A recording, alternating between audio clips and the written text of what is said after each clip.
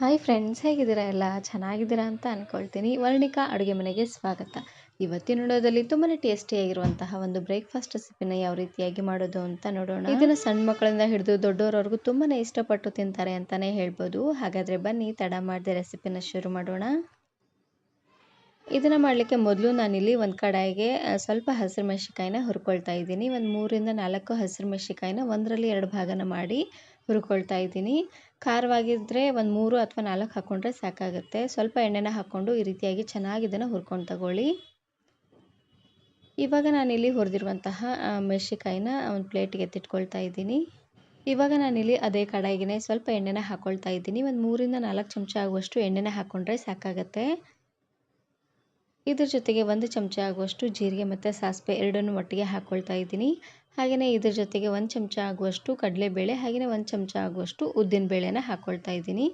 ಉದ್ದಿನಬೇಳೆ ಅಥವಾ ಉದ್ದಿನ ಕಾಳು ಯಾವುದಾದ್ರೂ ಹಾಕ್ಕೊಳ್ಬೋದು.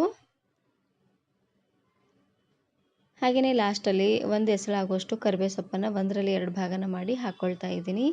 ಇವಾಗ ಉರಿನ ಪೂರ್ತಿಯಾಗಿ ಲೋ ಫ್ಲೇಮ್ನಲ್ಲೇ ಇಟ್ಟು ಕಡಲೆಬೇಳೆ ಹಾಗೆಯೇ ಉದ್ದಿನಬೇಳೆ ಎಲ್ಲ ಚೆನ್ನಾಗಿ ಕೆಂಪಾಗಬೇಕು ನೋಡಿ. ಅಲ್ಲಿವರೆಗೂ ಚೆನ್ನಾಗಿ ಇದನ್ನು ಫ್ರೈ ಮಾಡಿಕೊಂಡ್ರೆ ಸಾಕಾಗತ್ತೆ. ನೋಡಿ, ಈ ರೀತಿಯಾಗಿ ಸ್ವಲ್ಪ ಕಲರ್ ಚೇಂಜ್ ಆದಮೇಲೆ ಇವಾಗ ನಾನಿಲ್ಲಿ ಮೀಡಿಯಮ್ ಸೈಜಿನ 4 ಈರುಳ್ಳಿ ಹಾಗೆಯೇ ಮೀಡಿಯಮ್ ಖಾರವಾಗಿರುವಂತಹ 2 ಹಸಿರು ಮೆಣಸಿಕಾಯಿನ ಹಾಕ್ಕೊಳ್ತಾ ಇದ್ದೀನಿ. ಈರುಳ್ಳಿನ ಆದಷ್ಟು ಈ ರೀತಿಯಾಗಿ ಸಣ್ಣ ಸಣ್ಣದಾಗಿ ಕಟ್ ಮಾಡಿ ಹಾಕ್ಕೊಳ್ಳಿ, ಚೆನ್ನಾಗಿರುತ್ತೆ.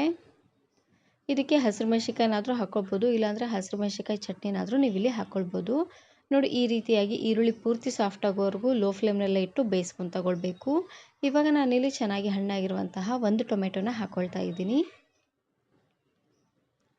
ಇದ್ರ ಜೊತೆಗೆ ಸ್ವಲ್ಪ ಅರಿಶಿನ ಪುಡಿ ಹಾಗೆಯೇ ಉಪ್ಪನ್ನು ಹಾಕ್ಕೊಂಡು ಲೋ ಫ್ಲೇಮ್ನಲ್ಲೇ ಇಟ್ಟು ಒಂದು 2ರಿಂದ 3 ನಿಮಿಷವರೆಗೂ ಚೆನ್ನಾಗಿ ಇದನ್ನು ಬೇಯಿಸ್ಕೊಂಡು ತಗೊಳ್ಳಿ. ಟೊಮೆಟೊ ಸ್ವಲ್ಪ ಸಾಫ್ಟ್ ಆಗೋವರೆಗೂ ಬೇಯಿಸ್ಕೊಂಡ್ರೆ ಸಾಕಾಗುತ್ತೆ.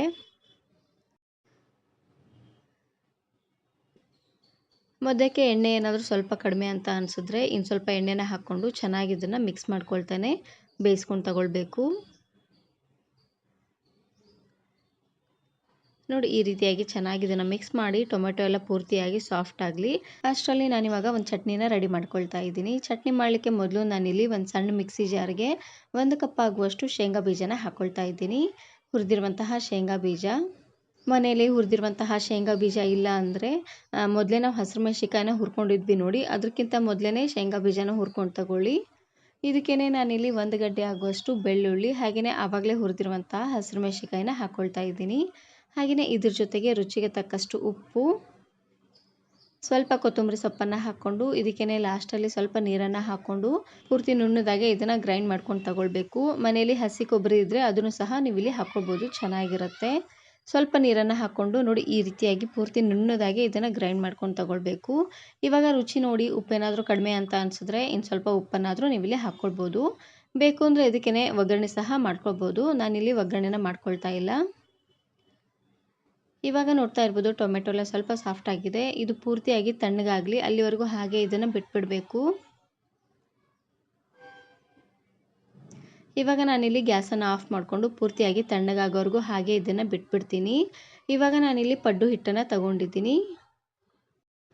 ಪಡ್ಡು ಹಿಟ್ಟು ಅಥವಾ ದೋಸೆ ಹಿಟ್ಟನ್ನು ಮಾಡಬೇಕಾದ್ರೆ ಸ್ವಲ್ಪ ಜಾಸ್ತಿ ಅನ್ನೋಂಗೆ ಮಾಡ್ಕೊಂಡಿರ್ತೀವಿ. ಉಳಿದಿರುವಂತಹ ಪಡ್ಡು ಹಿಟ್ಟಿಂದ ಈ ರೆಸಿಪಿನ ಮಾಡ್ಕೊಳ್ಳಿ, ಸಖತ್ ರುಚಿಯಾಗಿರುತ್ತೆ. ಪಡ್ಡು ಹಿಟ್ಟಿಗೆ ನಾನಿಲ್ಲಿ ರುಚಿಗೆ ತಕ್ಕಷ್ಟು ಉಪ್ಪು ಹಾಗೆಯೇ 1 ಚಮಚ ಆಗುವಷ್ಟು ಸಕ್ಕರೆನ ಹಾಕ್ಕೊಳ್ತಾ ಇದ್ದೀನಿ. ಸಕ್ಕರೆನ ಹಾಕೋದ್ರಿಂದ ಕಲರ್ ತುಂಬಾ ಚೆನ್ನಾಗಿ ಬರುತ್ತೆ, ಹಾಗಾಗಿ ಸ್ವಲ್ಪ ಸಕ್ಕರೆನ ಹಾಕ್ಕೊಳ್ಬೇಕು. 1 ಚಮಚ ಹಾಕ್ಕೊಂಡ್ರೆ ಸಾಕಾಗುತ್ತೆ. ನೋಡಿ, ಸ್ವಲ್ಪ ಹಾಕ್ಕೊಂಡು ಇದಕ್ಕೇ ನಾನಿಲ್ಲಿ ಅಡುಗೆ ಸೋಡಾನ ಹಾಕ್ಕೊಳ್ತಾ ಇದ್ದೀನಿ. 1 ಚಿಟಿಕೆ ಆಗುವಷ್ಟು ಅಡುಗೆ ಸೋಡಾನ ಹಾಕ್ಕೊಂಡು ಇವಾಗ ತಾನೇ ಮಾಡಿರುವಂತಹ ಒಗ್ಗರಣೆನ ಹಾಕ್ಕೊಳ್ತಾ ಇದ್ದೀನಿ. ಒಗ್ಗರಣೆ ಎಲ್ಲ ಪೂರ್ತಿಯಾಗಿ ತಣ್ಣಗಾದ ಮೇಲೇ ಹಾಕ್ಕೊಳ್ಬೇಕು. ನೋಡಿ, ಒಗ್ಗರಣೆನ ಹಾಕ್ಕೊಂಡು ಚೆನ್ನಾಗಿ ಇದನ್ನು ಮಿಕ್ಸ್ ಮಾಡ್ಕೊಂಡು ತಗೊಳ್ಳಿ. ದಿನಾಲೂ ಅದೇ ಉಪ್ಪಿಟ್ಟು ಅವಲಕ್ಕಿ ಚುರುಮುರಿ ಎಲ್ಲ ತಿಂದು ಬೇಜಾರಾಗಿದ್ದರೆ ಮನೇಲಿ ಪಡ್ಡು ಹಿಟ್ಟಂತೂ ಇದ್ದೇ ಇರುತ್ತೆ. ಉಳಿದಿರುವಂತಹ ಪಡ್ಡು ಹಿಟ್ಟಿಂದ ಈ ರೆಸಿಪಿನ ಮಾಡ್ಕೊಳ್ಳಿ, ಸಖತ್ ರುಚಿಯಾಗಿರುತ್ತೆ ಅಂತಲೇ ಹೇಳ್ಬೋದು. ನೋಡಿ, ಈ ರೀತಿಯಾಗಿ ಚೆನ್ನಾಗಿ ಇದನ್ನು ಮಿಕ್ಸ್ ಮಾಡಿಕೊಂಡು 1ರಿಂದ 2 ನಿಮಿಷವರೆಗೂ ಹಾಗೆ ಇದನ್ನು ಬಿಟ್ಬಿಡಬೇಕು.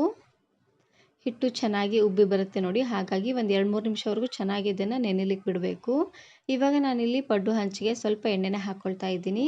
ಒಂದು ಅರ್ಧ ಅಥವಾ 1/4 ಚಮಚ ಆಗುವಷ್ಟು ಎಣ್ಣೆನ ಹಾಕ್ಕೊಂಡ್ರೆ ಸಾಕಾಗುತ್ತೆ. ಎಣ್ಣೆ ಆದರೂ ಹಾಕ್ಕೊಳ್ಬೋದು, ಇಲ್ಲಾಂದರೆ ತುಪ್ಪನಾದರೂ ಹಾಕ್ಕೊಳ್ಬೋದು. ಎಣ್ಣೆನ ಹಾಕ್ಕೊಂಡು ನೋಡಿ, ಈ ರೀತಿಯಾಗಿ ಸ್ಪ್ರೆಡ್ ಮಾಡ್ಕೊಂಡು ತಗೊಳ್ಬೇಕು ಎಣ್ಣೆನೆಲ್ಲ.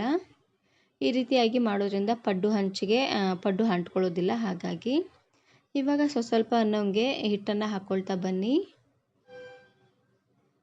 ನಾನು ಇದೇ ರೀತಿ ಬಹಳಷ್ಟು ವೆರೈಟಿ ಆಗಿರುವಂತಹ ಪಡ್ಡು ರೆಸಿಪೀಸ್ನ ಅಪ್ಲೋಡ್ ಮಾಡಿದ್ದೀನಿ. ವಿಡಿಯೋ ನೋಡಿಲ್ಲ ಅಂದರೆ ಈ ವಿಡಿಯೋ ಕೊನೆಯಲ್ಲಿ ಹಾಕಿರ್ತೀನಿ, ನೋಡಿ ಚೆಕ್ ಮಾಡಿ. ಹಿಟ್ಟನ್ನು ಹಾಕ್ಕೊಂಡಾದ್ಮೇಲೆ ಇವಾಗ ಮೇಲ್ಗಡೆ ಮುಚ್ಚಳನ ಮುಚ್ಚಿ ಲೋ ಫ್ಲೇಮ್ನಲ್ಲೇ ಇಟ್ಟು ಬೇಯಿಸ್ಕೊಳ್ತಾ ಇದ್ದೀನಿ. ನಾನಿಲ್ಲಿ ಸ್ವಲ್ಪ ಕ್ರಿಸ್ಪಾಗಿ ಮಾಡ್ಕೊಳ್ತಾ ಇದ್ದೀನಿ, ಹಾಗಾಗಿ ಲೋ ಫ್ಲೇಮ್ನಲ್ಲೇ ಇಟ್ಟು ಬೇಯಿಸ್ಕೊಳ್ತಾ ಇದ್ದೀನಿ. ನೀವು ಸ್ವಲ್ಪ ಸಾಫ್ಟಾಗಿ ಮಾಡ್ಕೊಳ್ಳೋ ಹಾಗಿದ್ರೆ ಉರಿನ ಪೂರ್ತಿಯಾಗಿ ಹೈ ಫ್ಲೇಮ್ನಲ್ಲೇ ಇಟ್ಟು ಪಡ್ಡುನ ಮಾಡ್ಕೊಳ್ಳಿ, ತುಂಬಾ ಸಾಫ್ಟಾಗಿ ಚೆನ್ನಾಗಿ ಬರುತ್ತೆ. ನೋಡಿ ಒಂದು ಸೈಡೆಲ್ಲ ಚೆನ್ನಾಗಿ ಬೆಂದಾದ್ಮೇಲೆ ಮತ್ತೆ ಈ ರೀತಿಯಾಗಿ ಹೊಳಸಿ ಬೇಯಿಸ್ಕೊಳ್ಬೇಕು. ಎರಡು ಸೈಡು ಚೆನ್ನಾಗಿ ಬೇಯಿಸ್ಕೊಂಡ್ರೆ ಆಯಿತು. ತುಂಬಾ ರುಚಿಯಾಗಿರುವಂತಹ ಮಸಾಲ ಪಡ್ಡು ರೆಡಿಯಾಗಿ ಹೋಗ್ಬಿಡತ್ತೆ. ಇವಾಗ ನೋಡ್ತಾ ಇರ್ಬೋದು ಎರಡು ಸೈಡು ಚೆನ್ನಾಗಿ ಬೆಂದಾಗಿದೆ. ಇವಾಗ ನಾನಿಲ್ಲಿ ಒಂದು ಪ್ಲೇಟಿಗೆ ಎತ್ತಿಟ್ಕೊಳ್ತಾ ಇದ್ದೀನಿ. ಇದನ್ನು ನೀವು ಬೆಳಗಿನ ತಿಂಡಿಗಾದರೂ ಮಾಡ್ಕೊಳ್ಬೋದು, ಇಲ್ಲಾಂದರೆ ಸಾಯಂಕಾಲ ಮಕ್ಕಳು ಸ್ಕೂಲಿಂದ ಬಂದಮೇಲೆ ಸಹ ಮಾಡಿ ಕೊಡ್ಬೋದು. ಸಖತ್ ರುಚಿಯಾಗಿರುತ್ತೆ. ಈ ವಿಡಿಯೋ ಇಷ್ಟ ಆದರೆ ಈಗಲೇ ಒಂದು ಲೈಕ್ ಬಟನನ್ನು ಕ್ಲಿಕ್ ಮಾಡಿ ಫ್ರೆಂಡ್ಸ್ ಆ್ಯಂಡ್ ಫ್ಯಾಮಿಲಿ ಜೊತೆಗೆ ಶೇರ್ ಮಾಡಿ. ಹಾಗೆಯೇ ಮತ್ತಷ್ಟು ಹೊಸ ರೆಸಿಪಿಗಾಗಿ ವರ್ಣಿಕಾ ಅಡುಗೆ ಮನೆ ಯೂಟ್ಯೂಬ್ ಚಾನಲನ್ನು ಸಬ್ಸ್ಕ್ರೈಬ್ ಮಾಡ್ಕೊಳ್ಳಿ. Thanks for watching.